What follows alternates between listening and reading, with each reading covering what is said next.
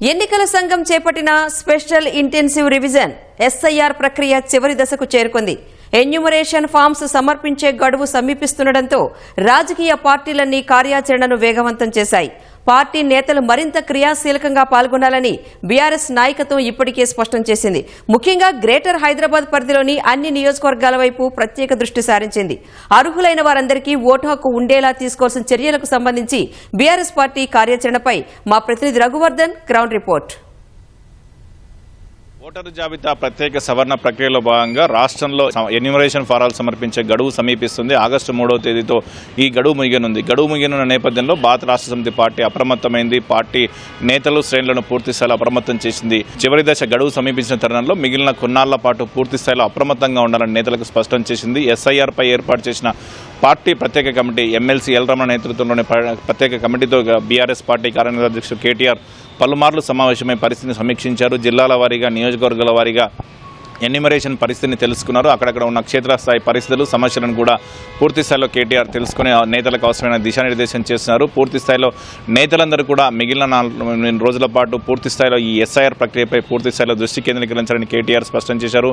ప్రజాప్రతినిధులతో పాటు నియోజకవర్గ ఇన్ఛార్జీలు, ఎస్ఐఆర్ కోసం నియమించిన ఇన్ఛార్జీలు, పార్టీ నియమించిన ప్రధాన కార్యదర్శులు వీరందరూ కూడా పూర్తి స్థాయిలో ఇందులో భాగస్వామ్యం కావాలని, అర్హులైన ప్రతి ఒక్కరు కూడా ఓటు హక్కు ఉండేలా తగిన చర్యలు తీసుకోవాలని కేటీఆర్ స్పష్టం చేశారు. ఇదే సమయంలో ప్రతి పోలింగ్ బూత్కు 2 బిఎల్ఏలుగా నియమించారు. ఈ బిఎల్ఏలు పూర్తి స్థాయిలో బిఎల్ఓల సహకారంతో వీలైనంత వరకు అర్హులందరూ కూడా ఎన్యూమరేషన్ ఫారాలు సమర్పించేలా తగిన చర్యలు తీసుకోవాలని కేటీఆర్ స్పష్టం చేశారు. ఇదే సమయంలో బీఆర్ఎస్ పార్టీ కొంత కసరత్తు చేసి రాష్ట్రంలోని ఉన్న నియోజకవర్గాల్లో డూప్లికేట్ ఓట్లను గుర్తించింది. ఆ డూప్లికేట్ ఓట్లకు సంబంధించి కూడా పూర్తి స్థాయిలో అప్రమత్తంగా ఉండాలని నేతలకు స్పష్టం చేసింది. ఎక్కడైతే డూప్లికేట్ ఓట్లు ఉంటాయో వారికి 2 ఓట్లు దక్కకుండా, అంటే అర్హులు ఉంటే 1 ఓటు మాత్రమే ఉండాలి, ఒకరికి 1 ఓటు మాత్రమే ఉండేలా తగిన చర్యలు తీసుకోవాలని కేటీఆర్ స్పష్టం చేశారు. అందుకు అనుగుణంగా తగిన కార్యాచరణ కొనసాగించాలని నేతలకు స్పష్టం చేశారు. ఇదే సమయంలో మిగిలిన జిల్లాలతో పోలిస్తే రాజధాని ప్రాంతంలో కొంత పరిస్థితి భిన్నంగా ఉంది. హైదరాబాద్, రంగారెడ్డి, మేడ్చల్ జిల్లాల్లో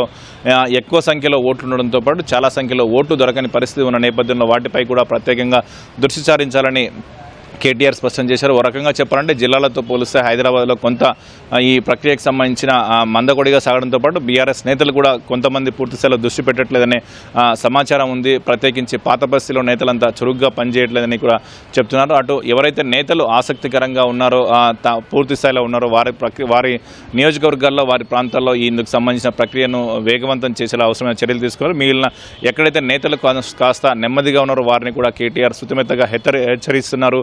ప్రజాస్వామ్యంలో కీలకమైన ఓటుకు సంబంధించిన వ్యవహారంలోనే రాజకీయ నాయకులు నిరుత్సాహంగా ఉంటే ఫలితం ఉండదు, రాజకీయాల్లో ఇది ఫలించదని, సత్ఫలితాలు ఇవ్వదని కూడా కేటీఆర్ స్పష్టం చేశారు.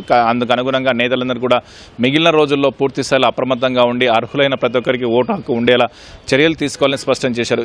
ముసాయిదా జాబితా ప్రకటించిన తర్వాత ఇంకా పని ఇప్పటికంటే అప్పటికి పని కానీ ఒత్తిడి కానీ పెరుగుతుంది. చాలామందికి నోటీసులు వస్తాయి. ఇప్పుడు ఉన్న సమాచారం మేరకు చూసుకుంటే హైదరాబాద్లో ఎక్కువగా జిల్లాల్లోనూ చాలామందికి నోటీసులు వచ్చే అవకాశం నేపథ్యంలో అందుకు తగ్గట్లుగా వాటిని ఎదుర్కొనేందుకు కూడా పార్టీ తరఫున సిద్ధంగా ఉండాలి. ఎవరైతే అర్హులు ఉంటారో వారికి నోటీసులు వచ్చినప్పటికీ కూడా వారికి తగిన ధ్రువపత్రాలతో వారి ఓటు అందుకు సంబంధించిన అభ్యంతరాలకు సంబంధించి వివరాలు ఇవ్వడంతో పాటు అనర్హులు ఎవరైనా ఉన్నా, డూప్లికేట్ ఓట్లు ఎక్కడైనా ఉన్నా కూడా పూర్తి అప్రమత్తంగా ఉండి తగిన చర్యలు తీసుకొని, ప్రత్యేకించి డూప్లికేట్ ఓట్ల విషయంలో ముసాయిదా జాబితా వచ్చిన తర్వాత పార్టీ నేతలు ఎక్కడికెక్కడ పోలింగ్ బూత్ల వారీగా పూర్తి స్థాయిలో అప్రమత్తంగా ఉండాల్సిన అవసరం ఉందని కేటీఆర్ స్పష్టం చేశారు. ఇక ఈ ఎన్యూమరేషన్ ఫారాల సమర్పణ గడువుకు సంబంధించిన మిగిలిన రోజులతో పాటు రానున్న రోజుల్లోనూ ఎస్ఐఆర్ విషయంలో పార్టీ నేతలు మరింత క్రియాశీలకంగా ఉండాలని కేటీఆర్ స్పష్టం చేశారు. పార్టీ ప్రతి అంశాన్ని నిశ్చితంగా గమనిస్తుంది. ఏ నేత ఎలా పనిచేస్తున్నారో ఎస్ఐఆర్ సంబంధించి కూడా కేటీఆర్ స్పష్టం చేశారు. రాబోయే రోజుల్లో భవిష్యత్తులో అవకాశాలు ఇచ్చే క్రమంలో వీటన్నింటి కూడా పరిశీలిస్తామని చెప్తున్నతో